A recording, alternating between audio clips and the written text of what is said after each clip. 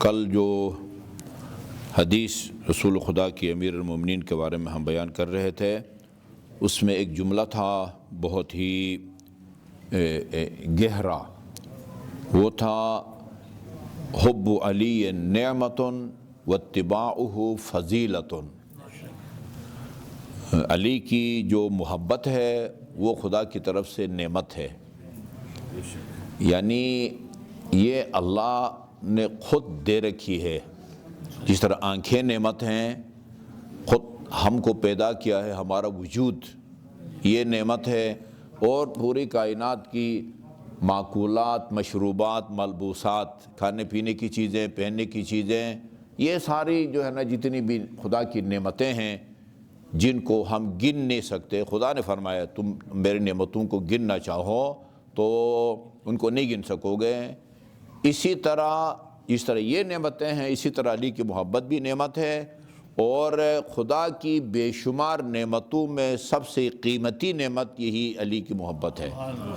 علی کی محبت ہے، یہ اللہ نے خود انسان کی وہ ہے روایت اکثر سنتے رہتے ہیں آپ، شیعتنا خلقوا من فاضل طینتنا، جس طینت خمیرے سے ہم کو خدا نے بنایا ہے وہ اسی کے باقی ماندہ خمیرے سے ہمارے شیعوں کو بنایا ہے اللہ تعالیٰ نے۔ یہ نعمت ہم کو بیٹھے بیٹھے مل گئی ہے۔ کوئی شخص یہ کہہ سکتا ہے کہ بھئی محب علی بنانا تو خدا کا کام ہے، جس کو علی نے محب علی بنا دیا وہ بن گیا، جس کو نہیں بنایا وہ نہیں بنا، تو اس میں اس کا کیا قصور ہے؟ ہاں، یہ سوال معصوم کے بارے میں کیا جا سکتا ہے۔ معصوم کا کیا کمال ہے؟ معصوم بندہ خود محنت کر کے بنتا ہے یا خدا بناتا ہے؟ خدا بناتا ہے نا۔ اچھا بھئی خدا نے علی اور اولاد علی کو معصوم بنایا تو وہ بن گئے، ہم کو بناتا تو ہم بھی بن جاتے، ہم کو نہیں بنایا تو اس نے نہیں بنایا، ان کو بنایا تو خدا نے بنایا، ان کا کیا کمال ہے؟ اس کا جواب دعائے ندبہ کے شروع میں ہے۔ خدا جن کے بارے میں جانتا تھا کہ یہ مہد سے لے کر لحد تک ایک بال برابر بھی میری نافرمانی نہیں کریں گے، ان کو اللہ تعالیٰ نے عصمت کی نعمت سے نوازا ہے۔ یہ حب علی بھی اس طرح کی جو ہے نا نعمت ہے۔ اتباع وہ میری اور آپ کی مرضی سے ایک فضیلت ہے، سخاوت فضیلت ہے۔ آپ اپنی مرضی سے جو چاہے سخی بنے، جو چاہے بخیل بنے، ٹھیک ہے جی، یہ اتباع ایک فضیلت ہے۔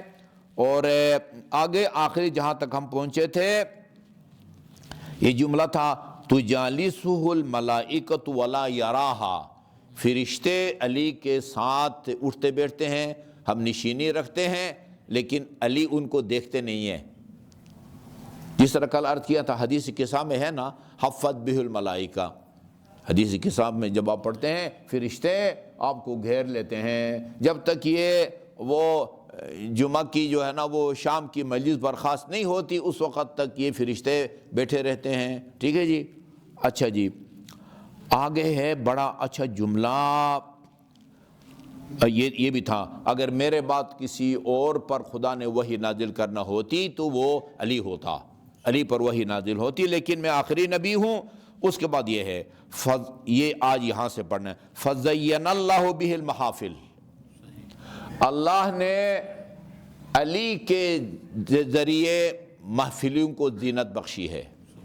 میں ابھی دیکھ رہا تھا اس کو دیکھ کے اور روایات جس میں آپ نے فرمایا زینوا مجالسکم بذکر علی ابن ابی طالب، رسول خدا نے بھی فرمایا اپنی مجالس کو علی کے ذکر سے زینت دو، اور رسول خدا سے سن کے ابھی میں نے روایت دیکھی ہے ام المومنین بھی کہتی تھی اپنی مجالس کو علی کے ذکر سے زینت دو۔ اس نے محافل کو علی کے ذکر سے زینت دی ہے۔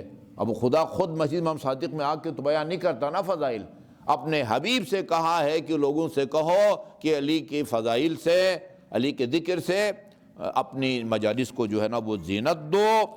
اچھا جی، اکرم بہ العساکر، یہ بڑا جملہ ہے۔ امیر المومنین کے ذریعے اللہ تعالیٰ نے لشکروں کو، لشکر اسلام کو عزت بخشی ہے۔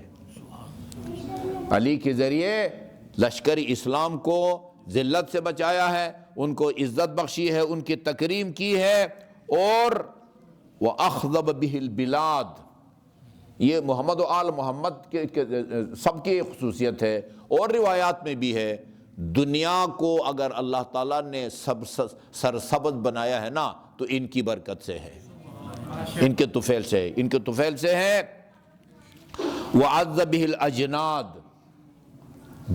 اجناد جند کو کہتے ہیں، وہی فوج، ہاں اسلامی فوج کو یا لشکر کو علی کے ذریعے اللہ تعالیٰ نے وہ عزت بخشی ہے۔ مَثَلُهُ كَمَثَلِ بیت اللہ الحرام، یہ بہت پرمغز اور گہری حقیقت کی طرف اشارہ ہے۔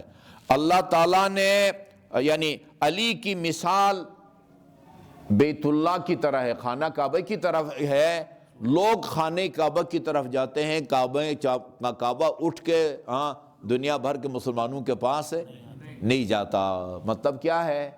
مطلب یہ ہے کہ علی کے پاس جاؤ، اس سے استفادہ کرو، علی سے اپنا دین لو، علی کو سمجھانے کی کوشش مت کرو، ٹھیک ہے جی؟ یہی اصل میں یہ ہے یزارو ولا یزور، اس کی بیت اللہ کی زیارت کی جاتی ہے، لوگ اس کے پاس جاتے ہیں، خانہ کعبہ اٹھ کے افریقہ، افغانستان، پاکستان یا ملیشیا جو ہے وہ نہیں جاتا۔ اچھا جی، وَمِثْلُهُ كَمَثَلِ الشَّمْسِ إِذَا طَلَعَتْ أَنَارَتِ الدُّنْيَا، علی جو ہے نا وہ سورج کی طرح ہے، جب وہ نکلتا ہے تو ساری دنیا جو ہے وہ اس سے روشن ہو جاتی ہے۔ وَصَفَهُ اللَّهُ فِي كِتَابِهِ، اللہ نے علی کی فضائل کو اپنے کلام پاک میں بیان کیا ہے، اس کے آثار کو، اس کی سخاوت کے داستانوں کو بیان کیا ہے، اس کی شجاعت کے داستانوں کو بیان کیا ہے، ٹھیک ہے جی؟ ایثار، قربانی کے داستانوں کو بیان کیا ہے۔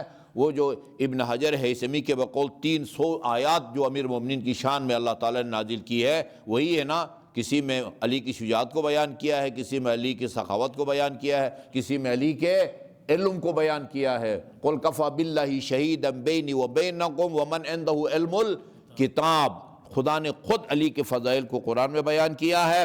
جی ہاں، آخر میں فرمایا وَهُوَ الْكَرِيمُ حَيًّا وَشَهِيدُ مَيِّتًا، علی زندگی میں مکرم ہے اور جو ہے نا وہ موت اس کی شہادت کی ہے۔ یہ پہلے بھی اگر آپ کو یاد ہو کل پڑھا تھا، دعا مانگی تھی، خدایا علی کو مجھ سے پہلے اپنے پاس نہ بلا، اور علی کو شہادت کی موت نصیب فرما، یہ دعا کی تھی رسول خدا صلی اللہ علیہ وآلہ وسلم نے۔